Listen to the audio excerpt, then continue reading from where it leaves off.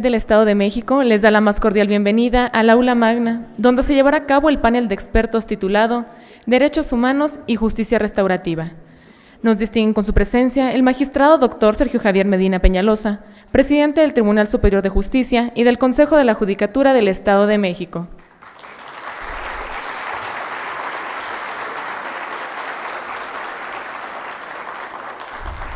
El doctor Juan Carlos Ortega Castro, magistrado del Segundo Tribunal Colegiado del Segundo Circuito en materia civil del Poder Judicial de la Federación.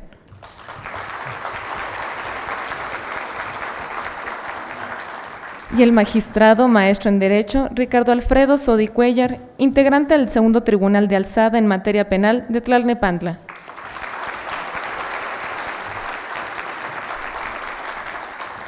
Asimismo, agradecemos la presencia de los integrantes del Consejo de la Judicatura, del licenciado Jorge Cruz Martínez, presidente de la Junta de Conciliación y Arbitraje del Valle de Toluca.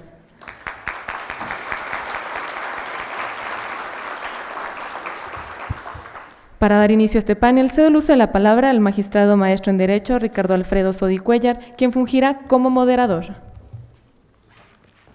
Muy buenas tardes, me da con ustedes esta tarde donde vamos a escuchar hablar sobre derechos humanos y justicia restaurativa en una mesa que se ha denominado mesa de expertos. ¿Qué son los expertos?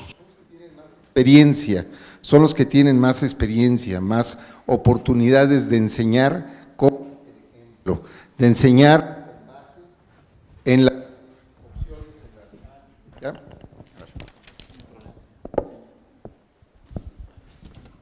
Como ven, el único no experto en electrónica soy yo. Bien. Les decía que los expertos son los que tienen más experiencia, los que han vivido más, los que han tenido un camino más largo. De hecho, la palabra maestro, dice el sánscrito mastrat, incluso en alemán Straße, estrada, es calle, mastrat es el que tiene más calle, más camino andado. El maestro es el que enseña y la insignia es ir diciéndole a los que vienen atrás de uno, cuidado que ahí hay un hoyo, cuidado que ahí hay un poste, cuidado que te puedes caer, y nos van señalando el rumbo de donde se puede aprender. Y eso es lo que vamos a tener el disfrute de contar con personas muy experimentadas que hacen de la vivencia de la justicia restaurativa de los derechos humanos su proyecto y su plan de vida desde diferentes trincheras, desde el Poder Judicial de la Federación, desde el Poder Judicial del Estado de México. Es por ello que me es muy grato presentar en primer término a nuestro muy querido presidente del Tribunal Superior de Justicia y del Consejo de la Judicatura del Estado de México, al doctor Sergio Javier Medina Peñalosa, de quien leeré una breve semblanza curricular. Es doctor en Derecho por la Universidad Nacional Autónoma de México, doctor en Ciencias Penales y Política Criminal por el Instituto Nacional de Ciencias Penales, INACIPE, obtuvo el diplomado de Estudios Avanzados del doctorado en Derecho Privado por la Universidad de Salamanca, España. Es autor de los libros Teoría del Delito, Funcionalismo e Imputación Objetiva, La Resolución Penal, Errores Frecuentes y la Enseñanza Judicial en el ámbito internacional, y de múltiples artículos académicos sobre materia judicial. Desde luego, todo el mundo sabemos, es nuestro presidente del Tribunal Superior de Justicia. Sí, señor presidente.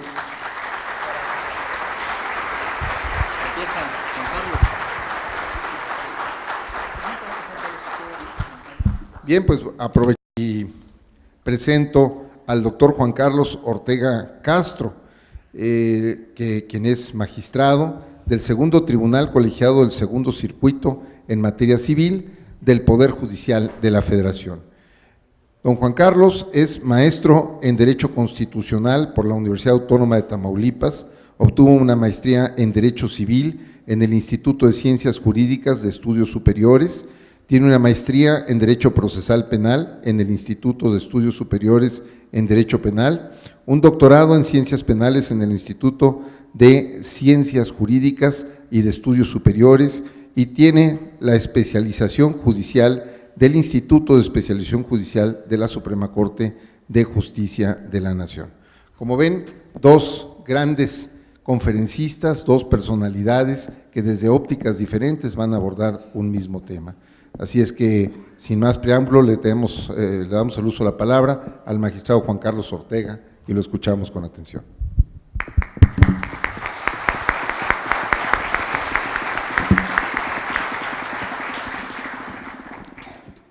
Muy buenas tardes, tengan todos ustedes. Agradezco desde luego la invitación que me hicieron. Es un honor y un privilegio para mí estar esta tarde. Como tengo poco tiempo, voy a entrar en materia. A mí me correspondió, y yo accedí gustoso, a hablar sobre la justicia restaurativa, pero bajo la perspectiva de los derechos humanos. Esto obviamente complementado con una problemática muy interesante. Ustedes a lo largo de toda esta semana, de este evento, pues han tenido la oportunidad de escuchar a diversos conferencistas, interactuar para poder ubicar lo que pretende o los objetivos de la justicia restaurativa. Y evidentemente o se encuadra dentro de los medios alternativos de solución de controversias. Sin embargo, el punto toral aquí es el enfrentamiento que puede tener en un momento dado con los procedimientos de carácter jurisdiccional. Recordemos que los medios alternativos pues son por excelencia excluyentes de la actividad judicial. Sin embargo, no están exentos de que las determinaciones que se lleguen a tomar en estos procesos restaurativos, las órdenes que se puedan girar, los tratamientos que se puedan implementar, inclusive los acuerdos que se puedan llegar a tomar, pues puedan ser impugnados, puedan ser atacados, puedan ser de alguna manera buscar que sean nulificados dentro de su validez a través de los diversos medios o mecanismos, entre ellos, por supuesto, el juicio de amparo. Por eso es muy importante para mí, en primer lugar, ubicar la justicia restaurativa, en dónde podemos ubicarla dentro de los derechos humanos. Esto es, tanto desde el punto de vista sustantivo, como desde el punto de vista procesal. Me explico. Desde el punto de vista sustantivo, ¿qué bien jurídico está protegiendo la justicia restaurativa? Evidentemente, los dos ámbitos básicos en los que se da es en el ámbito penal y en el ámbito del derecho familiar. Esto significa, por tanto, que estos dos bienes muy altos, que son la libertad de una persona y la reparación del daño de la víctima o ofendido, por un lado, y por otro lado, el bien jurídicamente tutelado es, y esto es muy importante, ¿qué es el bien jurídicamente tutelado dentro de la justicia restaurativa cuando hablamos de materia familiar? Yo quiero, o lo que pretendo construir es que en el proceso restaurativo se atiende no solamente a la protección del individuo, a los derechos individuales, al sujeto en sí, sea esposo, esposa, concubino, pareja, hijos, sino lo que se protege es a la familia. Entonces, la familia es un titular de derechos humanos. Hay una protección a la familia desde la perspectiva de los derechos humanos. Eso es lo que pretendo yo abordar rápidamente. En primer lugar, yo quisiera también señalar que no hay un instrumento internacional como tal que se ocupe de los derechos de la familia, no existe. Un protocolo, un tratado, un convenio, una recomendación, una declaración que se inserte dentro de lo que se llama jurisprudencia internacional o jurisprudencia de los derechos humanos, no hay como tal, sino hay menciones en los tratados, en los diversos tratados, como ya lo veremos rápidamente. Yo quisiera mencionar solamente de manera muy esquemática cuál sería nuestro marco normativo básico. En primer lugar, la Declaración Universal de los Derechos Humanos, que en el artículo 16 nos señala en su punto número 3, la familia es el elemento natural y fundamental de la sociedad y tiene derecho a la protección de la sociedad y del Estado. El artículo 25 nos dice de la misma declaración, en su punto 2, la maternidad y la infancia tienen derecho a cuidados y asistencia especiales. Todos los niños nacidos de matrimonio o fuera de matrimonio tienen derecho a igual protección social. Después tenemos la Declaración Americana de los Derechos y Deberes del Hombre, y nos dice su artículo 6, toda persona tiene derecho a constituir familia, elemento fundamental de la sociedad, y a recibir protección para ella.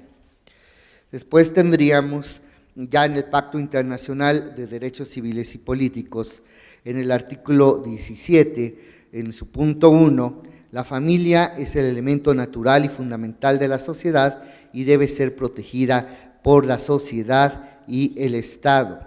Luego el punto número 4, los Estados partes deben tomar medidas apropiadas para asegurar la igualdad de derechos y la adecuada equivalencia de responsabilidades de los cónyuges en cuanto al matrimonio, durante el matrimonio y en caso de disolución del mismo. En caso de disolución, se adoptarán disposiciones que aseguren la protección necesaria de los hijos sobre la base única del interés y convivencia de ellos. Y el punto 5, la ley debe reconocer iguales derechos tanto a los hijos nacidos fuera de matrimonio como a los nacidos dentro del mismo. Dentro del mismo pacto, el artículo 19 señala, todo niño tiene derecho a las medidas de protección que su condición de menor requieren por parte de su familia, de la sociedad y del Estado. El artículo 23 nos dice, la familia es el elemento natural y fundamental de la sociedad y tiene derecho a la protección de la sociedad y del Estado. La Convención Americana sobre Derechos Humanos, o Pacto de San José, nos dice en el artículo 17 más o menos la misma idea.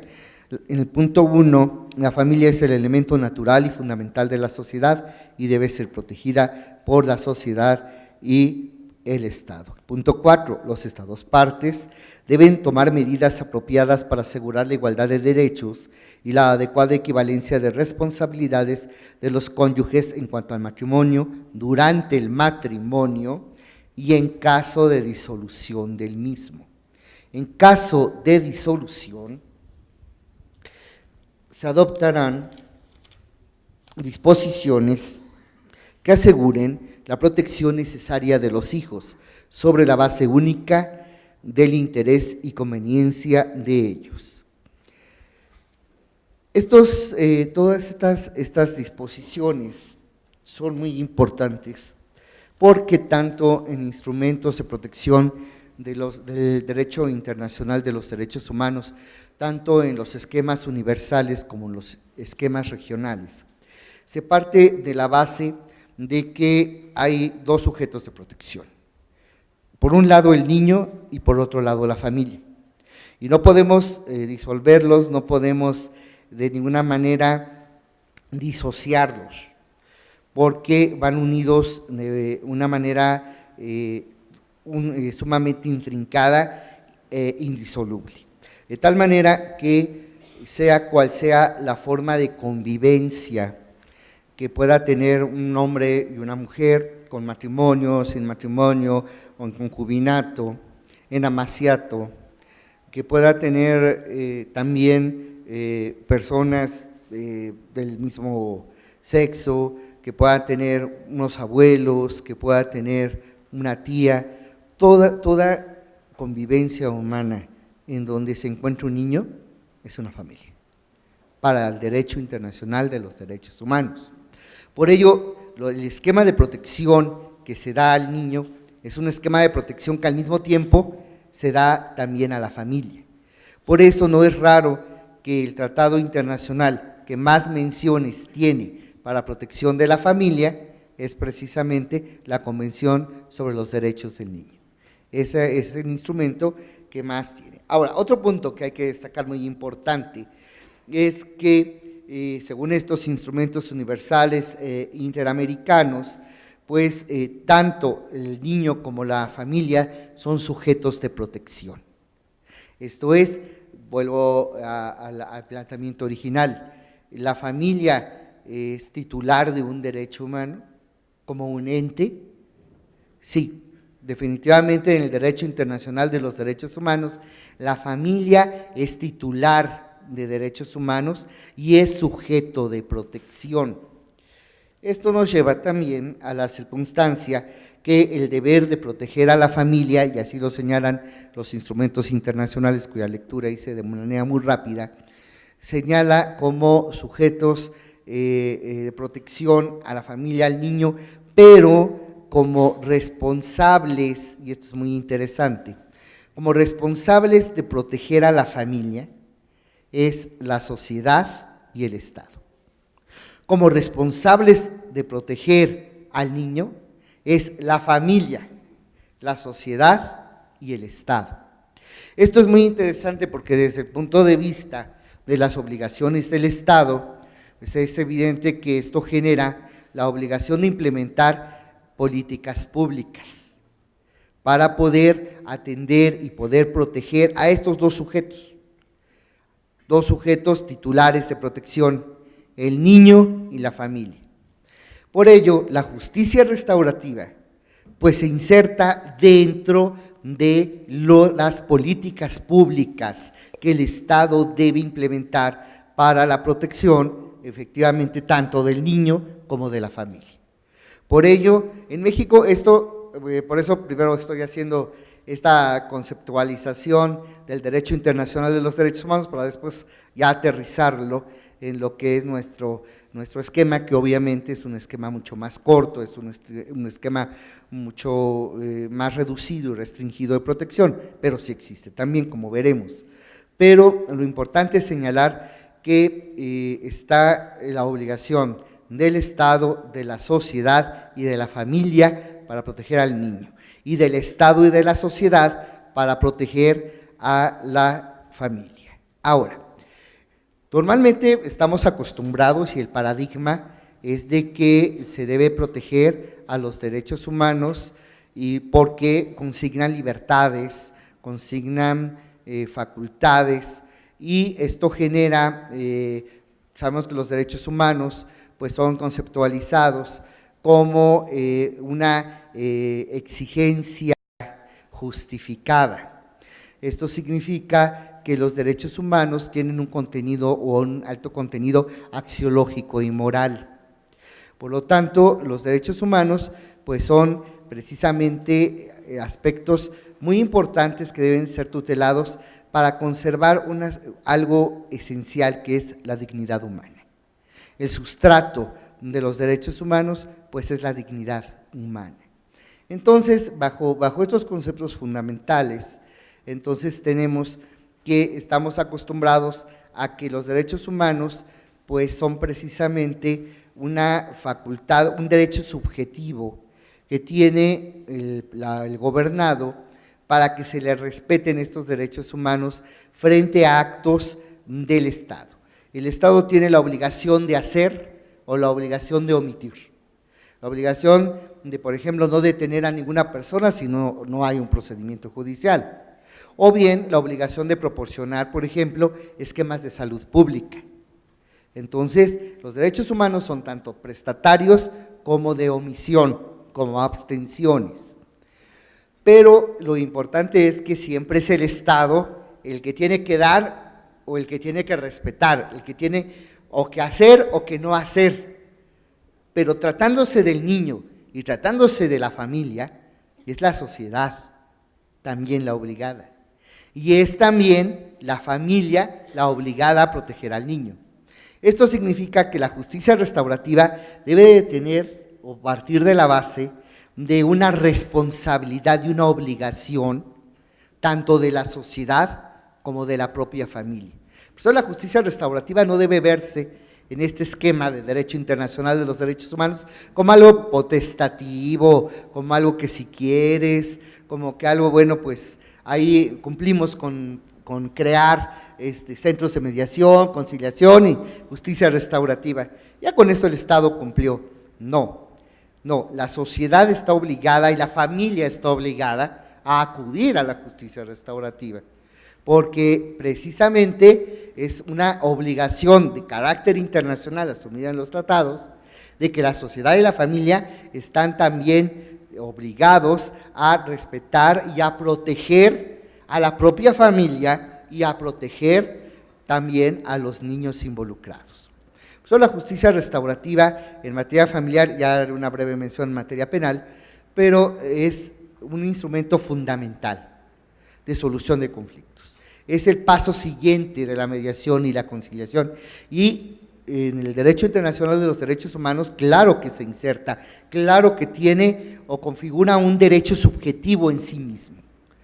La posibilidad de arreglar los conflictos familiares, no solamente en la mira de disolver una unión, de establecer medidas proteccionistas a los menores, sino todavía más allá, el de permitir que la dignidad humana de cada uno de los miembros de la familia permanezca inalterable, que queden después de esa relación, por muy tormentosa y por muy conflictiva que sea, queden seres dignos, que la relación entre la pareja sea digna, que la relación de la pareja con los hijos sea digna, que la relación de los hijos con los padres sea digna y todos conserven ese sustrato de dignidad que está finalmente, porque son sujetos de protección. La familia es un sujeto de protección y la familia, aun cuando sea disuelta, sigue siendo finalmente una familia. Hay un autor muy importante que señala, precisamente hablando de justicia restaurativa, ahí en un libro por ahí que habla de derechos humanos y justicia restaurativa, y precisamente dice que hemos dado un enfoque equivocado, porque nos hemos preocupado por hacer una justicia de los individuos. A ver, ¿quién se queda con quién? ¿Quién va a administrar pensión alimenticia? ¿Quién va a tener la guarda y custodia de los niños?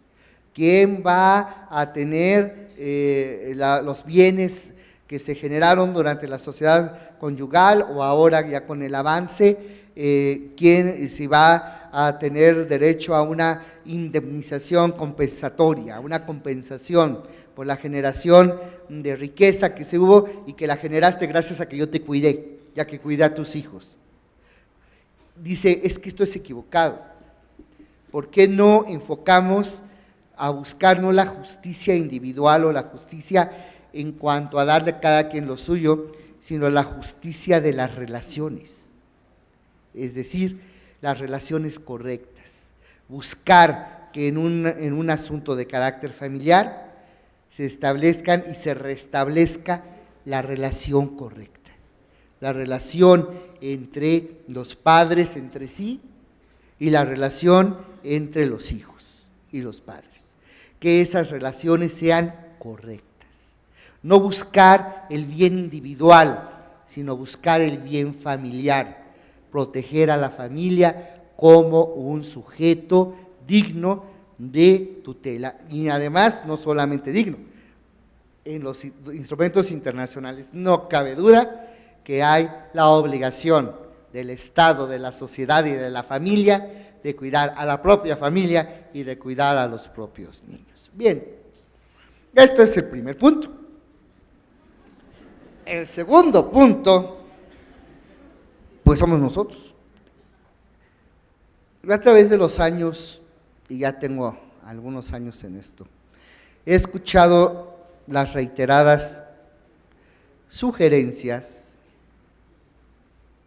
críticas constructivas, quejas, reclamaciones y airados reclamos de la justicia de los estados, de la injerencia del Poder Judicial Federal en la solución de los asuntos, la limitación o restricción a la autonomía de los poderes judiciales, obviamente también de los poderes legislativos, que finalmente sus leyes pues, son interpretadas por tribunales federales, de una manera u otra, ya sea un tema de legalidad o un tema de constitucionalidad y ahora de convencionalidad.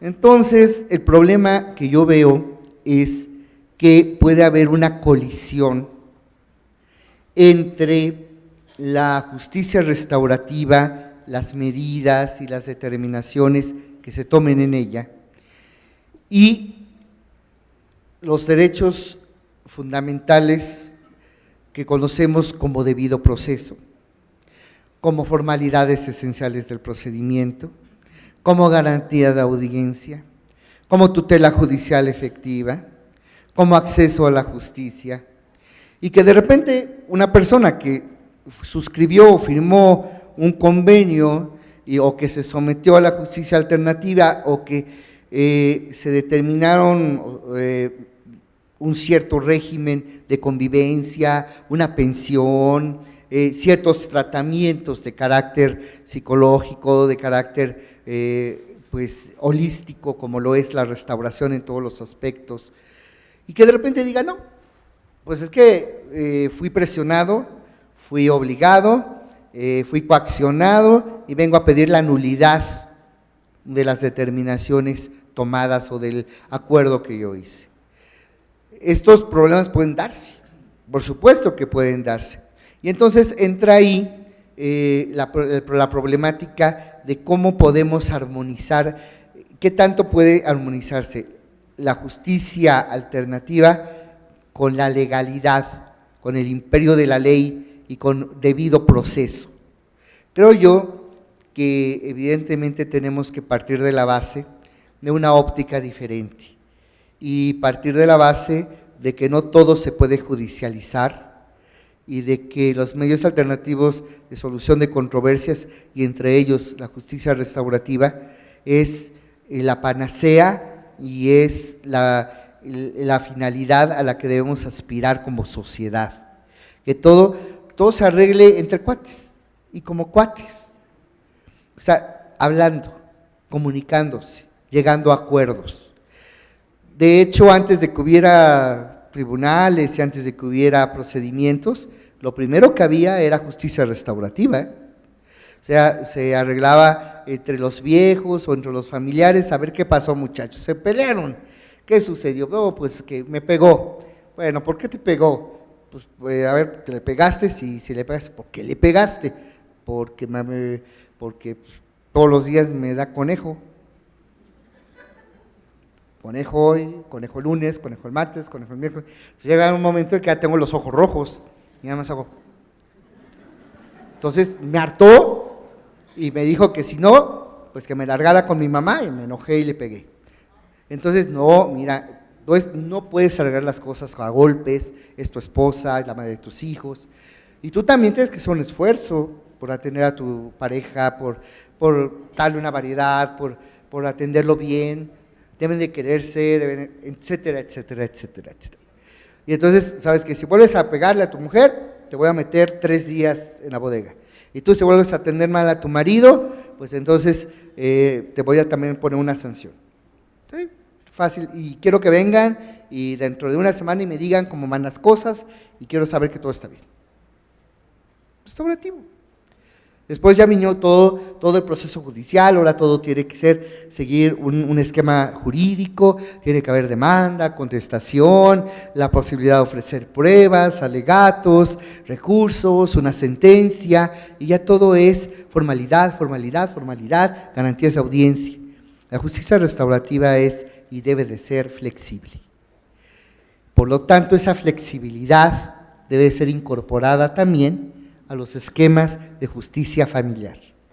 Ya lo tenemos, ya no es, la justicia familiar no está sujeta a los tirantes, a las formalidades, a los rigorismos que el estricto derecho de otras materias. En materia familiar, y todos los que nos dedicamos a ella, sabemos que tenemos mayor flexibilidad, pero esa mayor flexibilidad debe alcanzar también para comprender, entender, preservar, respetar, garantizar los medios alternativos de solución de conflictos y entre ellos la justicia restaurativa. Debe de establecerse dentro de la legislación, es necesario regular la justicia restaurativa como obligatoria, como un medio a agotar necesariamente antes de el juicio, durante el juicio y después de concluido el juicio. Yo, por experiencia propia, ya he tenido esta experiencia amarga de litigar y litigar y litigar durante 8 años, hasta que un buen día, simple y sencillamente llegó una cordura, llegó una propuesta, la otra parte primero como que después de 8 años de pelear y una tregua, lo dudó, pero finalmente los términos de la tregua eran tan buenos que los entendió. Y ya llevan 4 o 5 años en esa tregua y caminando las cosas perfectamente. En carne propia he visto que no existe nada mejor que la conciliación, que el acuerdo, que el entendimiento, que esa plataforma que hablaba la doctora hace unos momentos, esa buena voluntad, esa bona fides, esa buena fe. Y yo creo que tenemos buenas expectativas, pero sí veo yo que en el futuro inmediato el esquema de legalidad y la judicialización de todos los conflictos en materia familiar puede ser un freno, puede ser un obstáculo al éxito de la justicia restaurativa. Finalmente, para concluir, cuando haya una colisión entre lo que es la justicia de carácter restaurativo y los derechos de carácter judicial, de la garantía de audiencia, debido proceso y las formalidades esenciales del procedimiento, yo creo que podemos acudir a lo que en Alemania le llaman precisamente el principio de proporcionalidad. Principio de proporcionalidad que nos lleva precisamente como un método para arreglar esa colisión o ese conflicto cuando un derecho fundamental lo tenemos que restringir o limitar para proteger otro derecho fundamental. Y este principio de proporcionalidad pues comprende 3 juicios, que es el juicio de adecuación, que es comprobar si el límite del derecho fundamental es apto y apropiado para la consecución del fin perseguido. En este caso, la formalidad del procedimiento, el debido proceso, es justificado para limitar la protección de la familia. El segundo sería el juicio de necesidad, encontrar el medio menos oneroso con la misma eficacia para el fin perseguido. Esto es precisamente, creo yo, que la justicia alternativa tiende precisamente a ser una forma muy sencilla, una forma menos invasiva y menos agresiva de resolución, menos desgastante para la sociedad, para la familia, para los involucrados, pero sobre todo para los niños. Y creo yo que estos altos fines pues deben ser ponderados precisamente con la adecuación para que ante un caso en donde debemos de aplicar situaciones de rigorismo judicial contra la flexibilidad, debe de prevalecer la flexibilidad. O bien interpretar el formalismo de manera tal que pueda permitir la preservación de las medidas tomadas en materia restaurativa. Por último, también el juicio de proporcionalidad en sentido estricto, que es conseguir un equilibrio entre las ventajas y los perjuicios generados al limitar un derecho fundamental a fin de proteger otro derecho o bien constitucionalmente protegido. Por eso creo que la justicia restaurativa, si atendemos a que se está protegiendo al niño, se está protegiendo a la familia, son sujetos de protección, creo yo que los beneficios que se generan con esa protección deben de preferirse a los perjuicios que en un caso concreto pueden darse a la afectación de un formalismo, de un rigorismo de carácter judicial.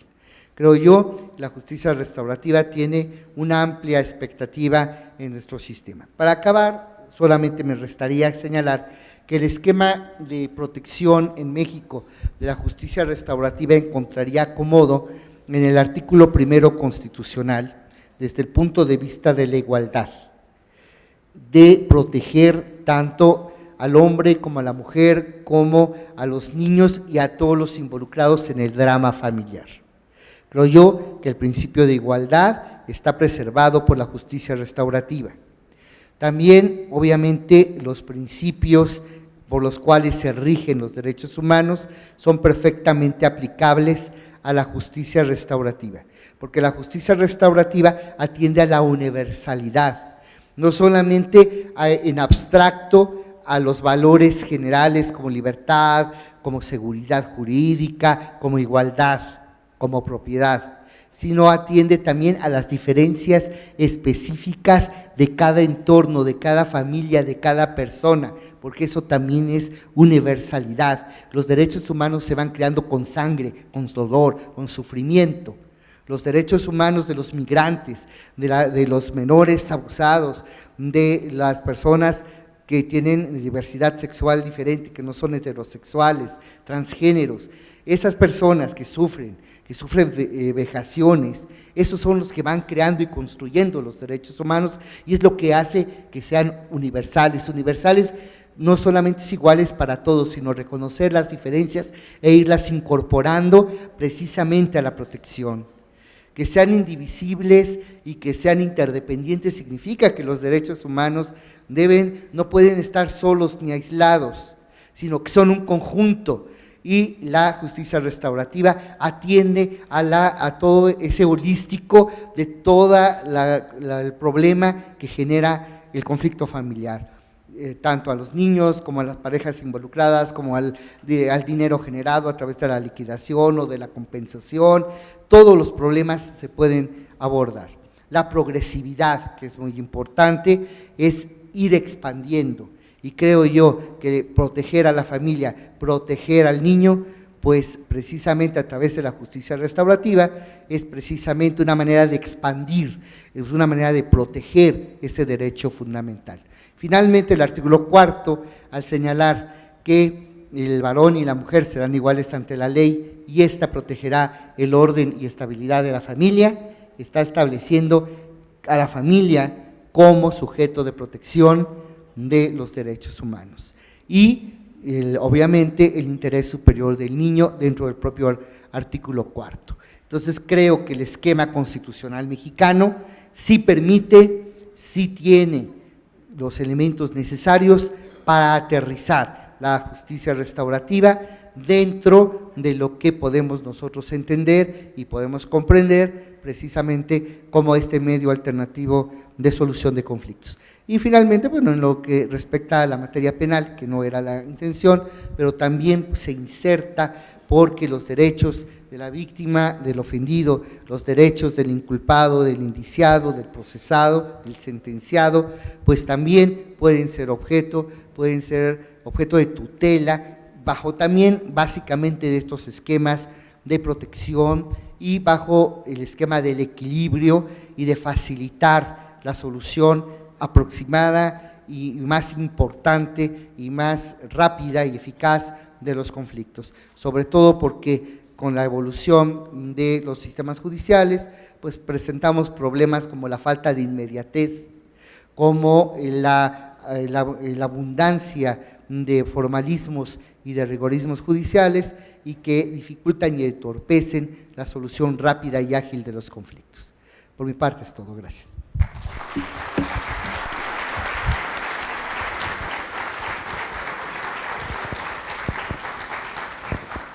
Agradecemos las palabras del doctor Ortega, su disertación, y retomamos sus expresiones de optimismo por la justicia restaurativa que tutela los bienes fundamentales de la sociedad, la libertad, la familia, elementos esenciales de protección del menor. Desde luego nos habló de su marco normativo de fuente internacional que tutela a la familia en clave de derechos humanos como primer objeto de tutela de este marco normativo convencional, constitucional y legal, y posteriormente los derechos superiores. Y también nos platicó de las bondades de la justicia restaurativa, proporcionalidad y los 3 juicios de adecuación, necesidad y proporcionalidad. En verdad me provoca una reflexión estas palabras del doctor Ortega, viniendo inclusive desde Alexis de Tocqueville, que decía que la democracia privilegia a las mayorías, el litigio privilegia al ciudadano individualmente considerado, pero ahora, con lo que lo he escuchado, la justicia restaurativa protege los núcleos fundamentales de la sociedad, protege a la familia y cuando ésta se desintegra, protege a los más débiles de ese proceso de desintegración social, que son los menores, los niños y las niñas y las personas que quedaron vulnerables con ese rompimiento familiar y desde luego que obliga al Estado al desarrollo de políticas públicas para preservar la esencia misma de toda sociedad. Muchas gracias, doctor Ortega, tiene usted nuestro más amplio reconocimiento por su participación. Y ahora le pido al doctor Javier Medina Peñalosa que sea tan amable de presentarnos su exposición. Gracias, doctor. Bien, pues es muy complicado hacerlo porque es la última participación de toda una larga semana de tratar estos temas donde seguramente ya todos en este momento también están cansados. Y sobre todo también es una gran responsabilidad hacerlo al lado de mi amigo, una persona a la que admiro, el doctor Ricardo, y por supuesto del doctor Juan Carlos. Bien, voy a entrar en materia, si me permiten entonces levantarme un poco. Voy a hablar acerca del tema que nos ocupa, acerca de los derechos humanos. Siempre cuando hablamos de derechos humanos, hablamos del mundo como tal. El mundo en el que vivimos, donde desarrollamos nuestras actividades, donde todos los días convivimos y compartimos, o bien donde también a veces generamos conflicto, que también es una de las formas de socializar o no socializar que se presentan todos los días. Y en este mundo, más allá de hablar de la cuestión geográfica, de cómo se compone, pues nos damos cuenta que ha habido una gran evolución en todos los campos. Una gran evolución que marca grandes derroteros. Y que finalmente, si en su momento esta vida y esta evolución que se ha dado era, pues a lo largo de los años, lo vemos desde el punto de vista social, lo vemos por supuesto desde el punto de vista natural, pero también lo vemos desde el punto de vista del derecho y por lo tanto de las relaciones sociales que priman en cualquier sociedad. La evolución es parte de este contexto y esto genera que las relaciones jurídicas y las relaciones sociales también no solo se incrementen, sino que también se hagan cada día más complejas. Y la complejidad arroja también muchas veces conflictos. Ante este escenario, ante este gran escenario de evolución, tenemos entonces que prácticamente siempre nos planteamos esta pregunta: si el ser humano es bueno o si el ser humano es malo. Como si estuviéramos en una partida de tenis, donde estamos discutiendo ante determinada situación qué postura vas a asumir. Hay quienes dicen que socializamos y la razón de ser de la socialización es para protegernos del otro, dado que la naturaleza es que el ser humano no es una buena persona. Por el contrario, hay quien dice que la socializamos para poder generar cambio y transformar situaciones, y que por lo tanto el ser humano es bueno.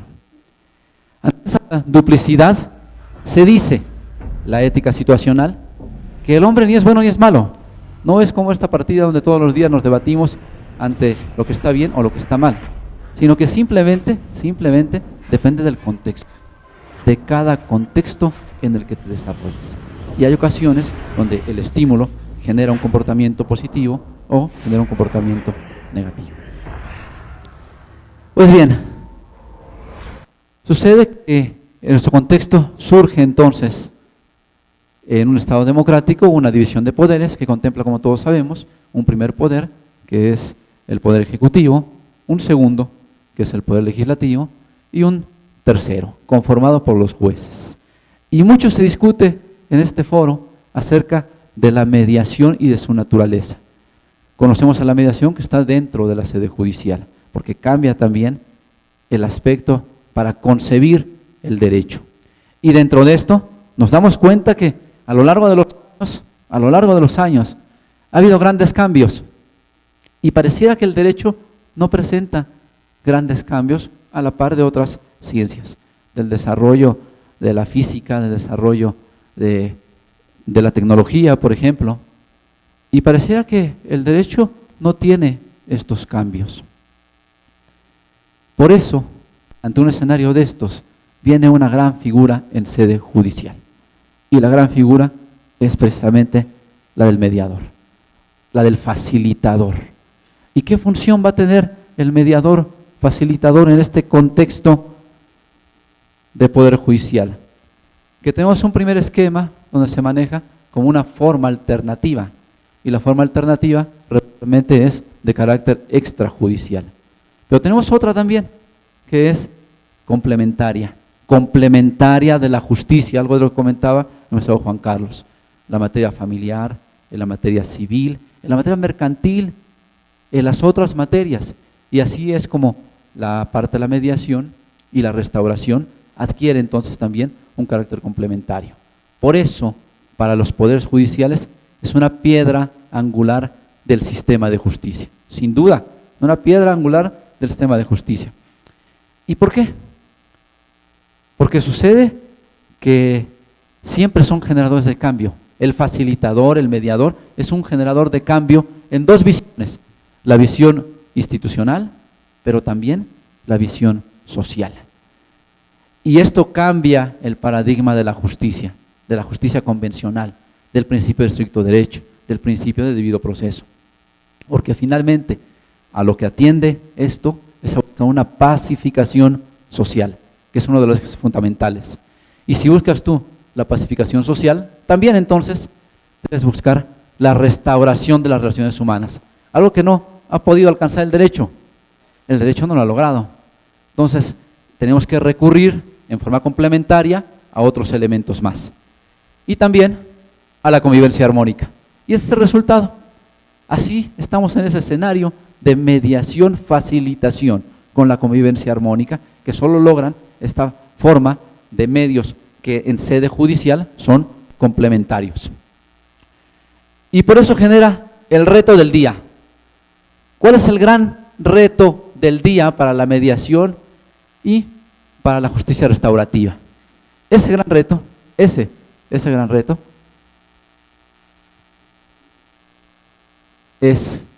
el respeto. Primero, punto número 1, el respeto que todos debemos tenernos entre todos. Pero no es lo único, hay otro, la tolerancia. Algo que mucho falta: ser tolerantes, ser prudentes y finalmente generar diálogo. A ese reto se refiere, es el reto del día: respeto, tolerancia y diálogo. Algo que solo se logra en un contexto de mediación y de el facilitador en una justicia restaurativa. Y vamos a checar por qué falta en algunas ocasiones estos aspectos que he comentado y qué puede generar la falta de tolerancia y de respeto, entre otros más. Fíjense, Grecia, por ejemplo, un soldado griego cruza la frontera para atrapar a su perro, pero sucede que los militares búlgaros lo matan. ¿Cuál creen que fue la consecuencia de esto? Ahí está el perro, por cierto. La consecuencia es que en represalia las tropas griegas cruzaron la frontera y mataron a 50 búlgaros. ¿Qué pasó con eso? Faltó tolerancia, faltó cultura y estrategia de la paz, faltó prudencia. Y qué curioso que hasta por un perro llegó a armarse toda una guerra. Y hay otros. Bielorrusia, la empresa publicitaria que tiró osos de peluche en la frontera y finalmente destacaban por la represión de la libertad de expresión. Y un periodista publicó esto en internet: los osos cayendo con mensajes acerca de la represión de la libertad en Bielorrusia. ¿Qué creen lo que sucedió? Que el periodista en estos momentos se enfrenta a cargos por organizar una migración ilegal, por osos, no de osos, sino simplemente por dar a conocer el hecho de la falta de libertad de expresión en un país, y además trata de ser defendido por Amnistía Internacional, a lo que hasta parece de risa. ¿Qué faltó? Tolerancia, respeto y diálogo. Vamos con otro. El fútbol, ahora que está de moda. El domingo, por ejemplo, que viene la gran final entre Francia, que seguramente será el que gane, no lo sabremos, contra Portugal. Pero ha habido también conflictos por esto. En esta eliminatoria del Mundial 2010, el camión de la selección de Argelia fue detenido en El Cairo, y como respuesta, Argelia negó el aterrizaje a un avión egipcio. Y por lo tanto, desencadenó entonces que cada país retirara a su embajador. Es decir, fue más allá del conflicto de un juego de fútbol y se trasladó a un conflicto internacional. ¿Qué faltó? Lo mismo. Respeto, tolerancia y diálogo. Y vamos a ver otro. En el 2010, Google Maps se presenta un error entre las fronteras de dos países, Costa Rica y Nicaragua. ¿Y qué es lo que hizo una de las naciones? Pues el ejército nicaragüense se apostó en la zona de disputa y coloca su bandera. Me lo dice Google Maps. Así es que es mi frontera. ¿Qué generó? Conflicto internacional, nuevamente conflicto internacional. Por lo tanto, viene la gran pregunta: ¿qué faltó? Respeto, tolerancia y diálogo. Ese es el escenario de todas las sociedades. Ahí es a donde nos estamos moviendo. No solo como sociedad, sino como individualidad. Estamos justo en ese escenario. Por eso, este sistema judicial que tradicionalmente protege al debido proceso, etcétera, etcétera, que se forma de un juicio, de un proceso y una sanción, se va complicando, pero se va complementando con la parte de la mediación. Y viene entonces el primero, viene la mediación y te cambia el concepto. Buscas otras cosas, la finalidad es distinta, no es hacer justicia, no es encontrar la verdad histórica de los hechos, no, lo que pretende es, por favor, respeto, tolerancia y diálogo, eso. Y luego viene otros esquemas más, la restauración familiar. Entonces busca lo mismo, ese respeto, esa tolerancia y ese diálogo en el ámbito familiar. Tienes que empezar por el núcleo social. Y después se amplía otro, a la restauración escolar. El reflejo también de la familia se va a las escuelas. Y en las escuelas tienes que buscar lo mismo, respeto, diálogo, tolerancia y diálogo, justamente. Y viene también la restauración en materia penal. Y se amplía después a otros escenarios. Por ejemplo, que tiene que generarse en un ámbito de confianza. Fíjense, en un ámbito de confianza y de seguridad. Es la parte básica y de la restauración. Para que funcione, tiene que haber ese ámbito de confianza. Y por eso yo preguntaría, ¿qué credibilidad tiene el sistema de justicia? ¿Qué credibilidad tiene la Procuraduría? Bueno, lo primero es creer entonces en que esto puede funcionar de manera distinta. Esto es lo que debe generar confianza y credibilidad. Pero también la mediación y la justicia restaurativa reduce los tiempos procesales. Y a su vez, también es gratuito. Lo mejor, no se paga impuestos por esto, tampoco se cobran honorarios, es completamente gratuito. Por lo tanto, contar con las tres características que ya he comentado, es gratuito. No te cuesta nada ser respetuoso, tolerante y generar diálogo. Es gratis, lo tenemos al alcance de la mano. Y además, viene de la responsabilidad de la propia persona. Algo importantísimo, fundamental y necesario. Si tú no eres responsable dentro de tu ámbito de libertad, no vas a generar absolutamente nada de lo anterior. Por eso, la magia de la mediación, de la restauración, es esto. Es justamente esto. la responsabilidad de tu propia decisión. Y desde el punto de vista institucional se complica porque hay indicadores de gestión, se tienen que analizar y obedecer indicadores de gestión. Y se complica todavía más porque parte de una planeación estratégica. Y además, otra piececita del rompecabezas, porque se requiere una arquitectura distinta de las salas convencionales en las que se imparte justicia. Y si a esto le agrego también los modelos de gestión, que estos también son importantísimos. Y finalmente todo esto para la construcción de la paz.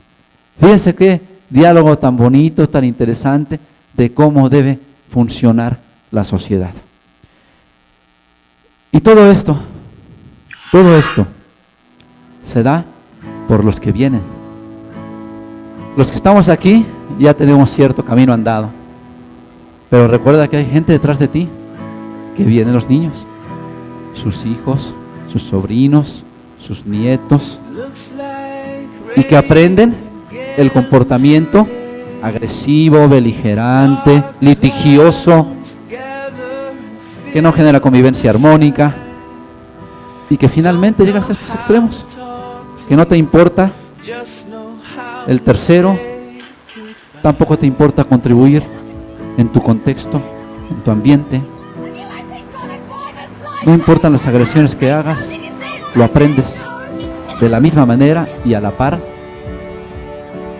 Y no solo las agresiones, la agresividad incrementa y el mundo se descompone porque todos nos volvemos agresivos. Pues compañeros, amigos, colegas, este es el escenario. Y yo siempre me hago una pregunta muy simple. Lo sencillo y lo que debe ser es educar precisamente a los niños para que no sea necesario castigar a los hombres. Y esto lo complemento yo con otra idea.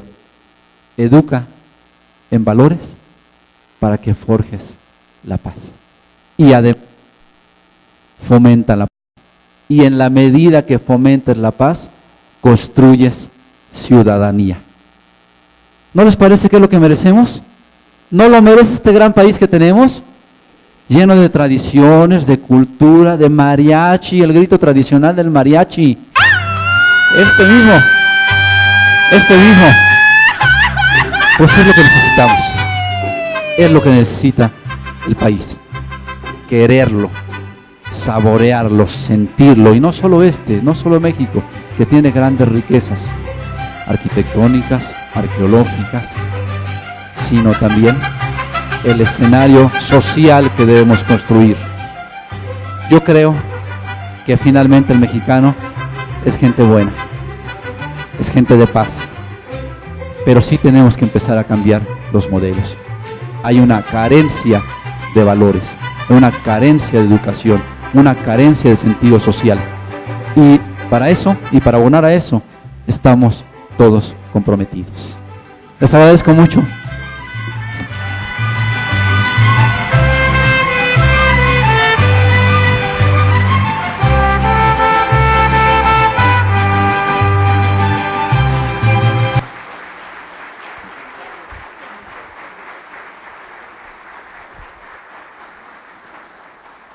Ya ven, les dije, iba a ser una espléndida presentación y un gran cierre de congreso. Vean ustedes, nos decía el doctor Medina, que las relaciones sociales evolucionan, se vuelven complejas, pero que hemos evolucionado de aquella frase, homo homini lupus, el hombre es lobo del hombre, que vuelve crudas las relaciones en la sociedad y que enfrentan al famoso monstruo del Leviatán bíblico, inclusive en su versión de Hobbes, para crear un Estado que todo lo puede, que todo lo domina. Y hoy, don Sergio Medina Peñalosa nos ha enseñado que la construcción de las instituciones y la sociedad se basa en la confianza y en la credibilidad, junto con 3 principios fundamentales que son respeto, tolerancia y diálogo. Muchísimas gracias por su atención. Muy buenas noches.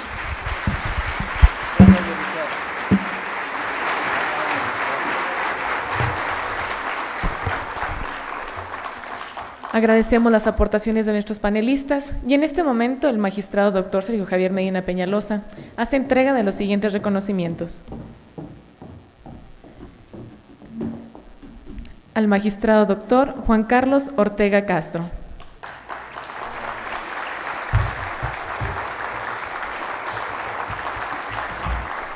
Y al magistrado Ricardo Alfredo Sodi Cuellar.